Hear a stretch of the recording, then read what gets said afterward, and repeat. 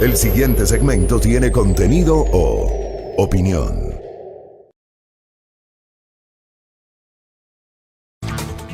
Muy bien, 6:26 en la mañana.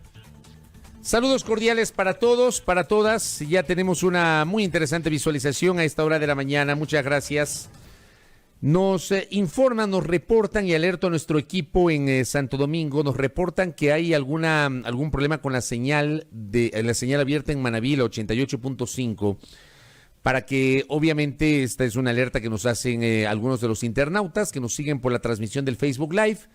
Así que para que nuestro equipo tome nota de lo que está pasando con la frecuencia en la provincia de Manabí, 88.5 FM estéreo.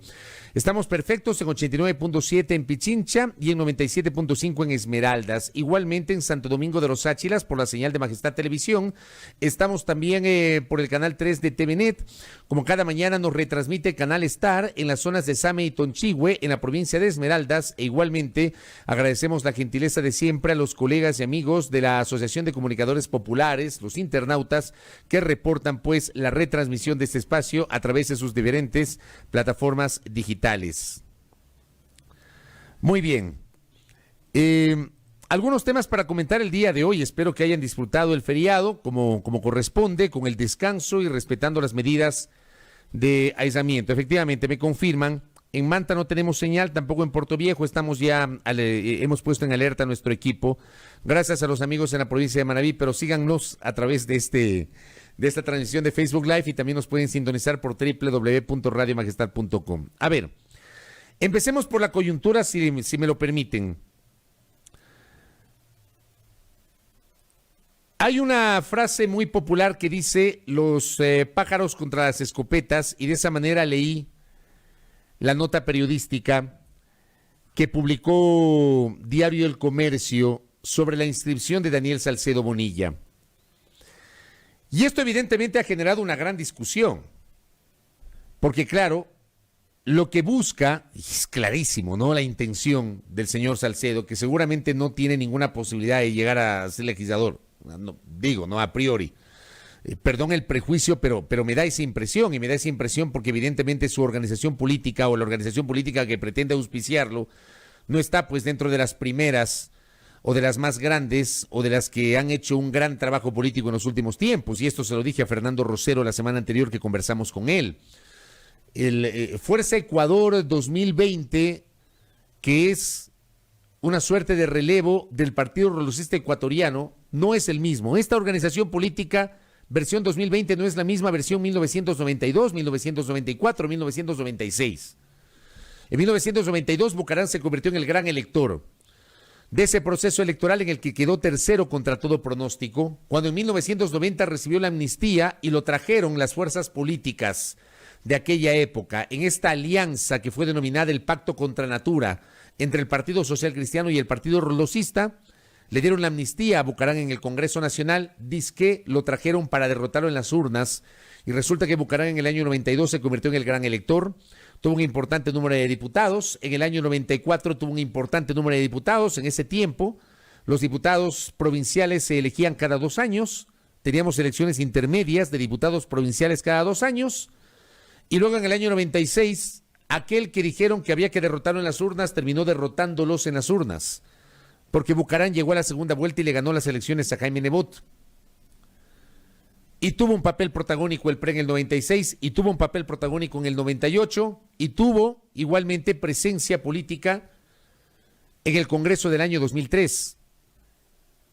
Pero ese PRE de aquel tiempo no es el mismo versión 2020, no lo es. Incluso hay, estamos a la expectativa de lo que resuelve el Consejo Nacional Electoral en torno a la inscripción de la candidatura de Daniel de los candidatos de Fuerza Ecuador. Me refiero a Miguel Salén Cronfle como precandidato a la presidencia y de Gustavo Bucarán Ortiz como precandidato a la vicepresidencia, que a última hora, al filo de que vence el plazo, finalmente registraron la inscripción. Pero bueno, esta organización política evidentemente no está en el top.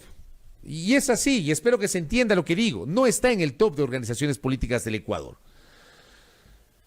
Y resulta que esa organización política hoy registra la inscripción de una persona que está sometida a un proceso de investigación, y aquí viene evidentemente un debate. Ustedes siempre a mí me han escuchado y me van a escuchar siempre defender el debido proceso, la presunción de inocencia y el derecho a la defensa que tiene cualquier persona. Y está claro que el señor Daniel Salcedo Bonilla, como el señor Abdalá Bucaram Ortiz, como el señor Jacobo Bucaram Ortiz, y me refiero a 3 personajes que en la misma trama están detenidos y están siendo investigados, no tienen sentencia penal condenatoria ejecutoriada y por ende no han perdido sus derechos políticos. En estricto rigor, por ejemplo, el señor Abdalá Bucaram Ortiz, el señor Jacobo Bucaram Puley y el señor Daniel Salcedo Bonilla, en el evento de que para las elecciones del 7 de febrero sigan detenidos, ellos podrán votar, porque no tienen sentencia penal condenatoria ejecutoriada y no han perdido sus derechos políticos y sus derechos de participación. No podrán votar, digamos, podrán votar, no se les podrá impedir que ejerzan el voto. Pero digo, este es un tema. O sea, el hecho de que tanto Bucaram padre cuanto Bucaram hijo, me refiero a Jacobo, y cuanto Salcedo pueden elegir y ser elegidos, sí. ¿No han perdido sus derechos políticos? Sí. ¿No han perdido sus derechos constitucionales de participación? Sí. Y aquí viene el tema. Y yo suscribo lo que justamente ayer en su cuenta Twitter había escrito el jurista Pablo Encalada, jurista penalista, quien tiene una activa participación en sus redes. Y yo suscribo esto que escribió ayer Pablo Encalada, porque debería ser parte del debate público. A ver, a mí en lo personal, a mí ya es apenas un criterio y permítanme trasladarles este criterio a ustedes. A mí me parece impresentable que personajes como Abdalá Bucaram Ortiz o como Daniel Salcedo Bonilla sean candidatos. Me parece impresentable. Porque están siendo investigados por un delito y porque los dos están detenidos por ese presunto delito. Insisto, más allá de que la investigación sigue, que toda persona es inocente mientras no se demuestre lo contrario, que no han perdido sus derechos de participación. Pero ¿por qué me parece impresentable? Y allí suscribo a Pablo Encalada. Pablo Encalada escribió ayer: el Código de la Democracia dice que los candidatos no podrán ser privados de la libertad ni ser enjuiciados. Ojo con lo que dice la norma electoral vigente. El Código de la Democracia dice que los candidatos no podrán ser privados de la libertad ni ser enjuiciados. Siempre he sostenido, dice el doctor Pablo Encalada, que esto aplica para nuevos casos, no los que tienen en curso, pero la Corte Nacional de Justicia ha dicho lo contrario, y con ese criterio, si califican la candidatura, Daniel Salcedo podría salir en libertad. Yo estoy totalmente de acuerdo con la visión de Pablo Encalada, porque el principio de la inmunidad consagrada en el Código de la Democracia, creo yo, en estricto rigor y desde la lógica, debería proteger a un candidato durante toda la fase a partir de que se califica su inscripción. Una vez que su inscripción quede en firme, que es calificada por el Consejo Nacional Electoral, o que eventualmente pasó algún tipo de impugnación o de recurso subjetivo ante el Tribunal Contencioso Electoral, una vez que ya se va con todos los recursos en el CNE y en el Tribunal Contencioso Electoral, una candidatura queda en firme y se convierte de precandidatura a una candidatura. A partir de ese momento se aplica el principio de inmunidad que establece el Código de la Democracia. Y ese principio está vigente hasta el día en que se proclaman los resultados electorales. Pero ese principio, digo yo, no hay que ser un genio para hacer el análisis. Ese principio se debe aplicar para casos judiciales que podrían afectar al candidato durante el tiempo en el cual es candidato. O sea, una persona que está detenida, que está siendo investigada, que está siendo parte de una indagación previa o de una instrucción fiscal, o una persona que ha sido llamada a juicio, o sea, que ya pasó la instrucción fiscal, que pasó la fase de la audiencia preparatoria de juicio y que el juez de la causa decide llamarla a juicio, esa persona que ya tenía todo este proceso investigativo o este proceso judicial en marcha, no debería ser candidato. No podría ser candidato, porque no le podría proteger el principio de inmunidad. No sé si me explico en lo que estoy diciendo. Este principio debe aplicarse. Y ojalá que las autoridades tengan un pronunciamiento mucho más contundente sobre esto y que lo hagan en derecho. Yo opino desde mi humilde visión y trato de hacer un análisis totalmente en frío. La norma del Código de la Democracia debe aplicarse para los casos que eventualmente se puedan iniciar durante el tiempo en que una persona participa como candidato, a partir de que su candidatura quede en firme. O sea, se convirtió de precandidato, pasó a convertirse en candidato, ya es candidato, hasta el día en que se proclaman los resultados electorales. Ahí, durante ese tiempo, que pueden ser 3 meses, 4 meses, no sé cuánto podría durar esto, ese tiempo debería servir para blindar al candidato si es que eventualmente durante ese tiempo alguien decide iniciar una investigación o le pone una denuncia o le pone una demanda o la fiscalía inicia un procesamiento. Allí debería aplicarse el principio de inmunidad, que ojo, la inmunidad no protege a un candidato en caso de delito flagrante. O sea, si un candidato sale de su casa y asesina a otra persona, eso es delito flagrante y automáticamente las autoridades pueden detenerla. Allí no aplica la inmunidad. No aplica la inmunidad. Ya, si un candidato, luego de darle un seguimiento, lo detienen con las manos en la masa, con el botín de un acto ilícito, en ese momento ese es un delito flagrante y allí no aplica el principio de inmunidad. Pero digo, de esa manera debe aplicarse el principio de inmunidad. No como se pretende interpretar en este momento, que personajes como Abdalá Bucaram Ortiz o como Daniel Salcedo Bonilla, finalmente no sé si Bucaram Ortiz se inscribió o registró su candidatura como asambleísta nacional. Si es que alguien me lo puede confirmar, yo le agradecería mucho. No tengo yo la certeza si finalmente Abdalá Bucaram Ortiz registró su inscripción como precandidato a asambleísta nacional por Fuerza Ecuador. Pero lo de Daniel Salcedo Bonilla se conoció el día de ayer. El hombre lo hizo vía web. En teoría,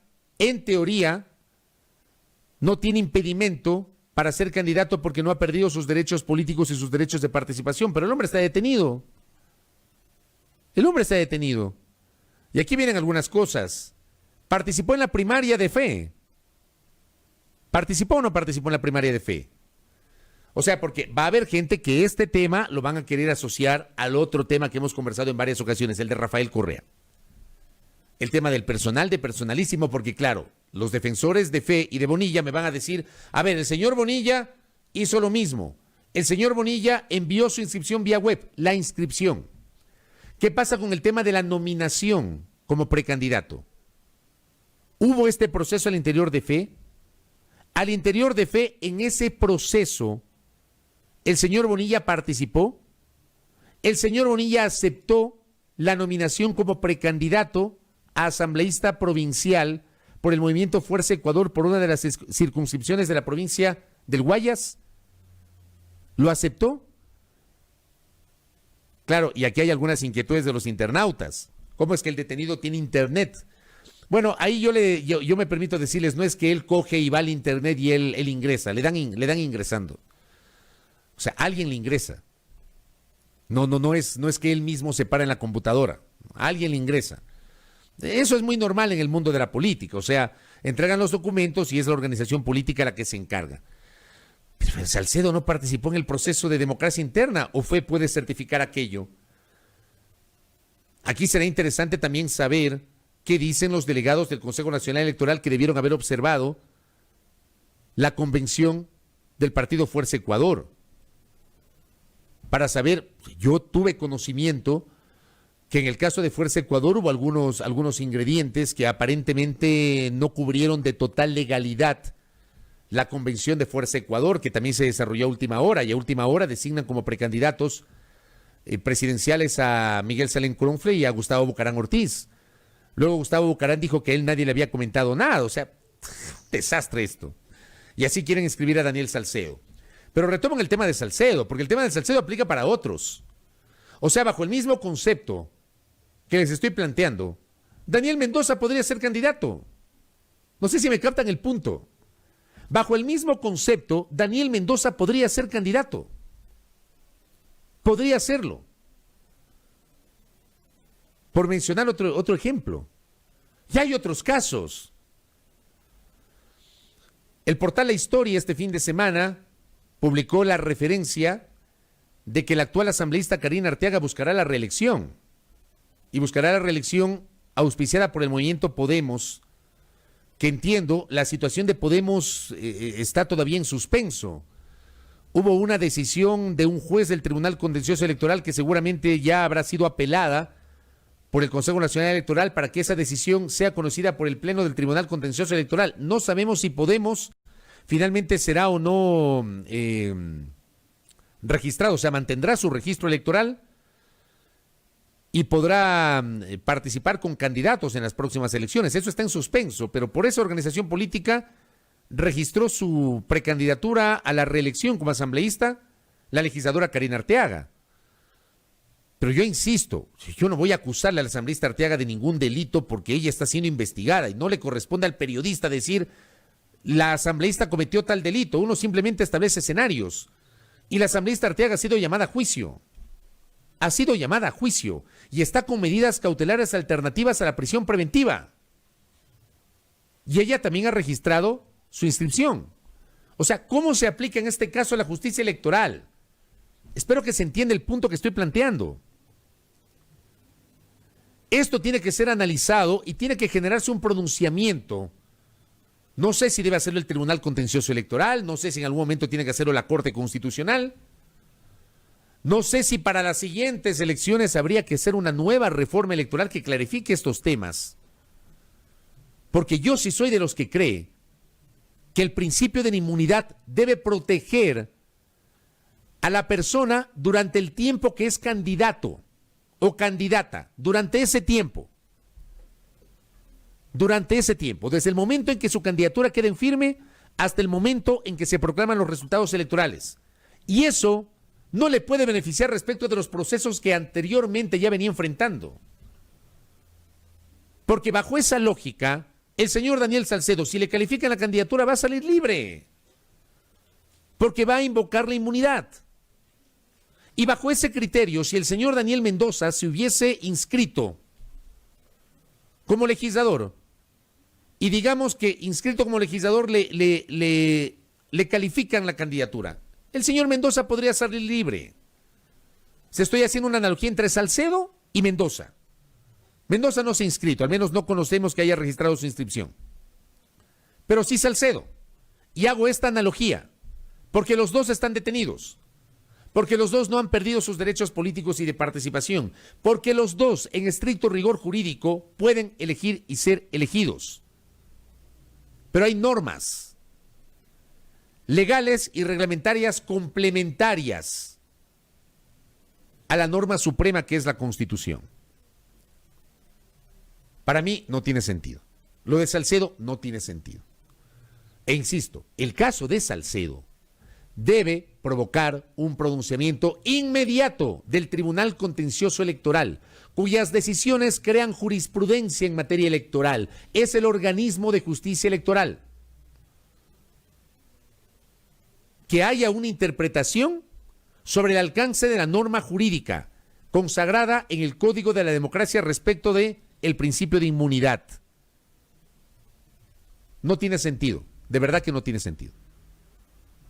Porque además, o sea, uno también se pone a pensar,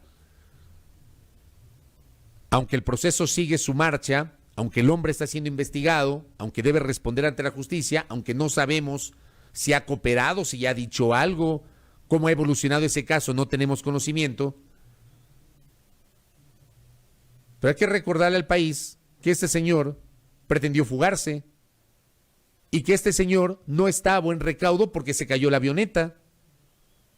Porque si no se hubiese caído la avioneta, estaríamos hablando de otro prófugo de la justicia. No tengamos memoria corta, ecuatorianos.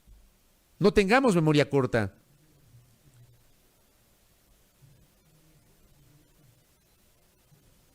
Yo creo que es pertinente que las autoridades se pronuncien sobre este tema, que a mí me parece escandaloso. Escandaloso, escandaloso. Porque, insisto, el hombre podría ser candidato. El hombre podría ser candidato. Veamos. qué dicen las autoridades, pero viene a ser el escándalo con el cual iniciamos. Alejandra Sánchez dice, entonces el Chapo Guzmán se puede candidatizar, pues o sea, si es que bajo ese concepto, si es que no tiene sentencia, está preso. Ahora, también hay que decir otras cosas, ¿no? Porque en este país, nosotros siempre en este espacio hemos citado una frase que la pronunció y que la suele pronunciar en entrevistas el estimado jurista especialista en materia constitucional, Stalin Raza, ¿no? Aquí hacen esto con la Constitución. O sea, esta es una plastilina. La estiran. Estiran la Constitución como plastilina. ¿Y saben por qué digo esto? ¿Se acuerdan que en 2019 calificaron la candidatura del ex asambleísta Galo Lara? Y sé que Galo Lara, entiendo que está de candidato a asambleísta. Ya en 2019 la calificaron. Y no es una crítica a Lara, ni mucho menos. Pero resulta que el abogado, el doctor Galo Lara Yepes, todavía carece de sus derechos constitucionales porque su sentencia no ha terminado. Él está gozando de esto que se denomina la prelibertad. La prelibertad no significa que, o sea, está en libertad, pero todavía está cumpliendo la pena. La pena no se ha extinguido, la pena no se ha terminado. Al no haberse extinguido la pena y al no haberse terminado, una persona que goza de la prelibertad no tiene aún derechos de participación. Y sin embargo, en 2019 el Tribunal Contencioso Electoral, en una decisión que nosotros la criticamos en este espacio, calificó la candidatura de Lara. Cuando Lara termine la sentencia y recupere sus derechos políticos, Lara podrá ser candidato. Pero en este momento no podía ser candidato, no podía ser en 2019 y no debería ser candidato hoy. Pero claro, como ya sentaron jurisprudencia de un hecho que a mí me parece que fue inconstitucional e ilegal, e insisto, no es a la persona per se, es a la situación jurídica de la persona a la cual me estoy refiriendo. Es a su situación jurídica. Como ya sentaron jurisprudencia en 2019, ya no tienen argumentos. Y si no tiene otro impedimento, van a tener que calificar la candidatura de Galo Lara para asambleísta. O sea, no sé si me explico sobre lo grave de la manera como no se termina de entender cuál es el imperio de la ley y cómo se deben manejar las normas. Ya en 2019, a mi juicio, cometieron una ilegalidad, una inconstitucionalidad en el Tribunal Contencioso Electoral. Y avalaron una candidatura que no estaba acorde a lo que dice la norma constitucional. Una candidatura que no podía ser calificada, porque la persona que fue candidato no goza de sus derechos políticos y de participación. Porque la prelibertad no significa que la condena se extinguió. No significa eso. La condena está allí. La condena se está cumpliendo.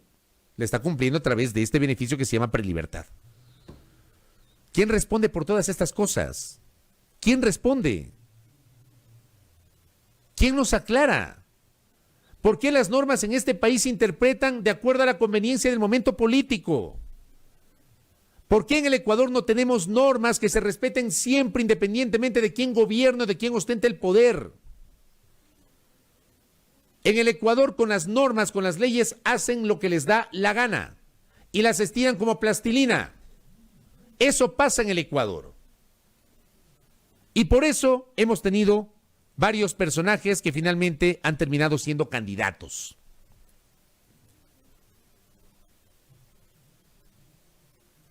Sin que la Constitución y la ley les asista. Ha sido por la calentura del momento, por el momento político, para derrotarlos en las urnas. Entonces se pasan por el forro las normas. Y perdón que me exprese de esta manera, pero termina siendo indignante, ¿no? Termina siendo indignante. Como aquí solamente para los de a pie se respetan. Pero claro, por aquí tenemos un ministro de Estado que alguna vez dijo que la realidad superó a la legalidad, o cuando tenemos un connotado comunicador social, que creo yo que la semana anterior cometió un desatino tremendo al decir que lo absurdo no se acata. ¿Quién cataloga que es absurdo? Amable audiencia. ¿Quién cataloga lo absurdo? O sea, a mí mañana pasado me puede parecer absurdo que me sancionen porque por esas cosas de la vida me pasé un rojo. Me parece absurdo. No me sancionen, no cumplo, no acato. En este país hemos perdido las formas. Las formas. Empezando por aquellos que durante todos estos años nos han mentido al decir que defienden el imperio de la ley, que defienden la norma, que no sé qué. Pero que ahora que están ubicados en otro momento político, en otro momento histórico, resulta que interpretan a su conveniencia. Una vergüenza. Una vergüenza. En el Ecuador, durante 41 años de vida democrática, nunca han respetado la ley ni la Constitución. Siempre la han interpretado como les ha dado la gana. Siempre. Las leyes las interpretan a conveniencia. Las consultas populares las interpretan a conveniencia. Cuando en 1997 nos invitaron a los ecuatorianos a que sufraguemos y nos pronunciemos sobre si queríamos que el Congreso siga designando magistrados de la Corte Suprema de Justicia, y los ecuatorianos nos pronunciamos diciendo no, no estamos de acuerdo, nosotros no queremos que los políticos designen jueces de la Corte Suprema de Justicia. ¿Saben qué hicieron los políticos en el año 97? Dijeron, bueno, está bien, vamos a acatar el pronunciamiento popular, pero por última vez el Congreso va a designar a los jueces o a los magistrados de la Corte Suprema de Justicia. Por última vez. Este es el país de la última vez. Interpretaron como les dio la gana esa consulta popular. Igual pasa hoy. Hubo un pronunciamiento popular en 2011 respecto de los espectáculos públicos en donde hay muerte del animal. Que esto evidentemente afectó una actividad que era una actividad lucrativa para ciertos sectores, para unas élites, que eran las corridas de toros. En el caso de Quito, porque en Mejía hay corridas de toros, en Tungurahua hay corridas de toros, en Chimborazo hay corridas de toros, pero afectó a Quito. Y Quito, las corridas de toros en Quito se han convertido en la batalla. Y ahora dicen, no, hay que retomar las corridas de toros. Y el pronunciamiento popular. Por cierto, a mí no me gustan los toros, ni me va ni me viene. Yo respeto al que le gusta y respeto al que no le gusta. A mí en lo personal no me gusta. Nunca he ido a una corrida de toros, jamás. Pero yo respeto al que le gusta. Hay gente que cree que el masacrarle un toro durante varios minutos, no sé cuánto dura una corrida, eso es espectáculo. A mí no me parece que sea un espectáculo, pero yo respeto los gustos de la gente. Pero como siempre digo, si no les gusta, convoquen otra consulta popular, porque las cosas en derecho se deshacen como se hacen. Si quieren que personajes cuya sentencia ejecutoriada no ha terminado y quieren que sean candidatos, reformen la Constitución. Si quieren que el señor Richard Martínez vaya al Banco Interamericano de Desarrollo y están quejándose del artículo 153 de la Constitución que prohíbe expresamente que un exministro de Economía y Finanzas sea funcionario del BID, expresamente lo dice el artículo. Si no les gusta, reformen la Constitución. Pero ya basta de estas interpretaciones. Ya basta. Porque juegan con las leyes, porque las aplican a conveniencia. Y claro, como los ciudadanos de a pie no tenemos ese poder de decisión, ¿qué nos queda?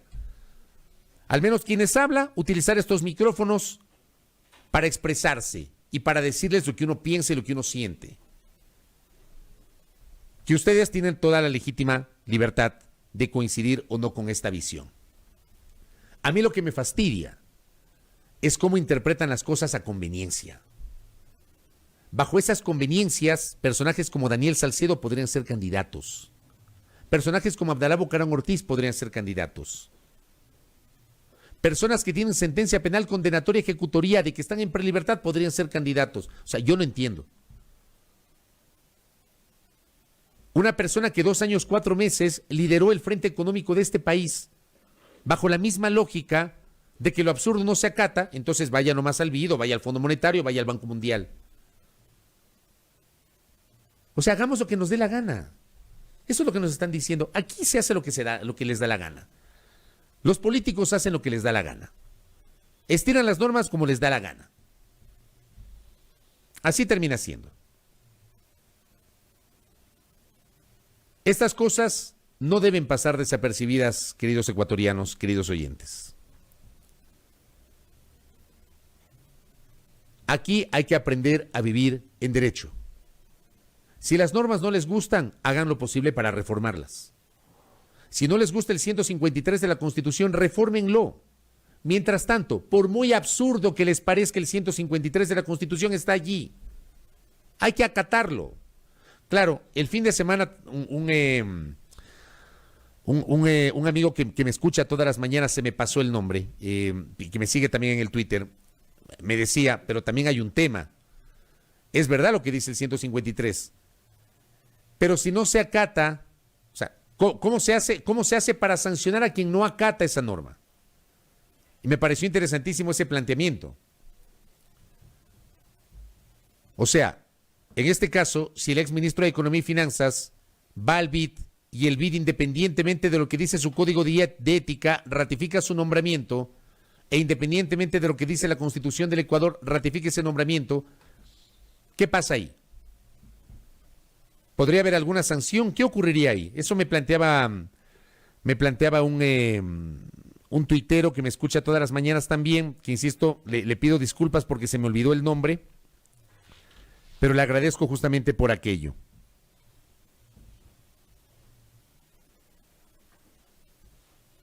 Reformen la Constitución, reformen las leyes, dejen la farsa a un lado, porque ¿saben qué? Con esos discursos,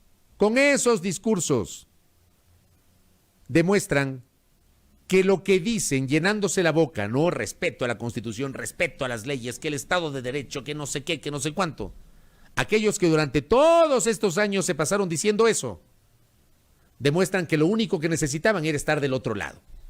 Entonces algunos, cuando están del otro lado, hacen lo mismo que criticaron. Farsantes. Ese es el término. Farsantes. Y gracias a Jacobo García, porque ese es el término. Farsantes. Incoherentes. En el medio estamos los ciudadanos, a quienes se nos burlan en la cara. Y como se nos burlan en la cara, es probable que el señor Daniel Salcedo sea candidato. Como otros personajes también podrían ser candidatos, porque se nos ríen en la cara. Porque se nos burlan. Les dejo ahí para la reflexión y para el análisis. Por hablar de este tema, se me terminó el tiempo, qué barbaridad. Lo voy a comentar mañana, aunque más adelante vamos a entrevistar al defensor del pueblo, a Freddy Carrión. Vamos a hablar de los muertos de hace un año, de los muertos de octubre del 2019. El fin de semana también se cumplió un año y mañana no lo voy a olvidar, lo vamos a recordar. Se cumplió un año de la infame detención de ciudadanos venezolanos que eran taxistas de Uber y que inicialmente fueron identificados como terroristas venezolanos, sobre lo cual el Estado ecuatoriano no les pidió ni siquiera un gramo de disculpa, un miligramo de disculpa. Pero fue un hecho que fue vendido hace un año como que eran terroristas que estaban en las inmediaciones del aeropuerto cuando eran taxistas. Y la justicia no encontró evidencias y finalmente a todos los dejó en libertad. De eso hay que hablar. Y vamos a hablar también sobre el incendio de la Contraloría hace un año. Tema que no ha sido aclarado. Por cierto, DJ, permítame, solamente me tomo un minuto más. En el caso del incendio de la Contraloría, un año después,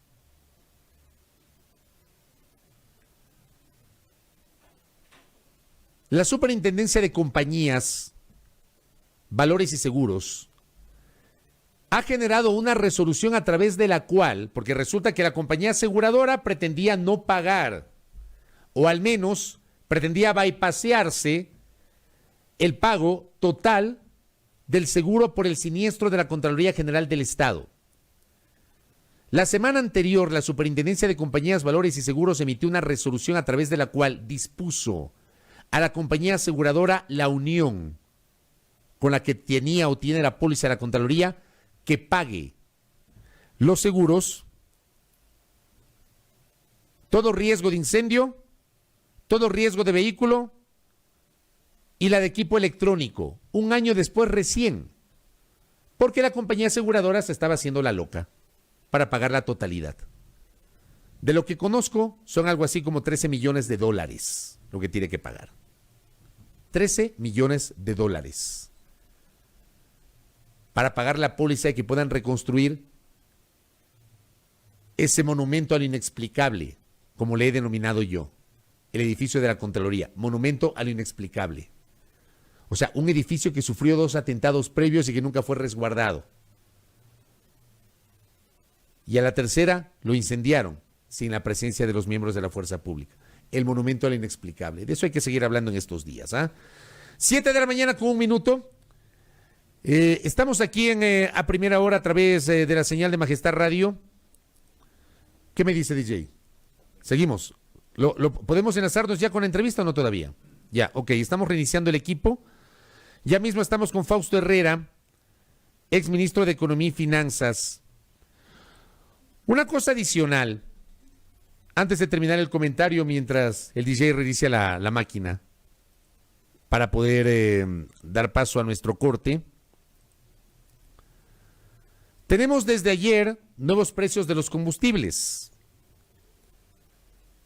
Ayer en la mañana, muy temprano, Petroecuador emitió un comunicado de prensa a través del cual daba cuenta de los precios de los combustibles que están vigentes desde ayer, 11 de octubre.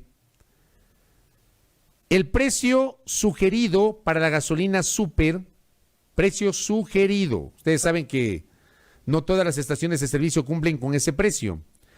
El precio sugerido para la gasolina super será de $2.28, o es desde ayer $2.28. Para las gasolinas extra y Ecopaís, el precio se mantiene en $1.75, pero hay un incremento en el caso del diésel 2 y del premium, que subió a $1.18. Me parece que estaba en $1.13 y subió $1.18. Habrá que ver qué dicen los señores transportistas sobre este tema. Pero quiero contarles que tuve conocimiento el día sábado, al final de la tarde, que hubo una fijación distinta de precios originalmente y que esa fijación distinta no contó con el aval del señor ministro de Energía y Recursos Naturales No Renovables, el doctor René Ortiz Durán. De hecho, con fecha 10 de octubre, o sea, con fecha del sábado, tuvimos conocimiento de un comunicado que le envía el doctor Pablo Orozco Salazar, presidente ejecutivo de Petróleos y Servicios, y menciono justamente esta comercializadora, le envían a sus estaciones de servicio. Y allí, por ejemplo, en el caso de esta comercializadora, se había puesto un precio de la gasolina extra de $1.82. O sea, se entendería que en un primer momento hubo un incremento de la gasolina extra con la cual el ministro no estuvo de acuerdo. Y como el ministro no estuvo de acuerdo, de lo que tuve conocimiento, se demoraron en la expedición del documento final, que luego fue distribuido a los medios de comunicación a través de este boletín. Lo cierto es que en estricto rigor, a partir de ayer tenemos nuevos precios de los combustibles, sí hay un incremento. En el caso del diésel, habrá que ver cómo se pronuncia el transporte pesado, el transporte de pasajeros, el transporte interprovincial sobre este tema. Y en el caso de la super, bueno, hay esta variación que ya se ha venido manteniendo. ¿Estamos, DJ? Ok, ahora sí. 7:04 en la mañana. Hablando justamente sobre esto, vamos a hacer una pausa y al retornar ya lo tendremos a Fausto Herrera con nosotros, exministro de Finanzas, aquí en A Primera Hora.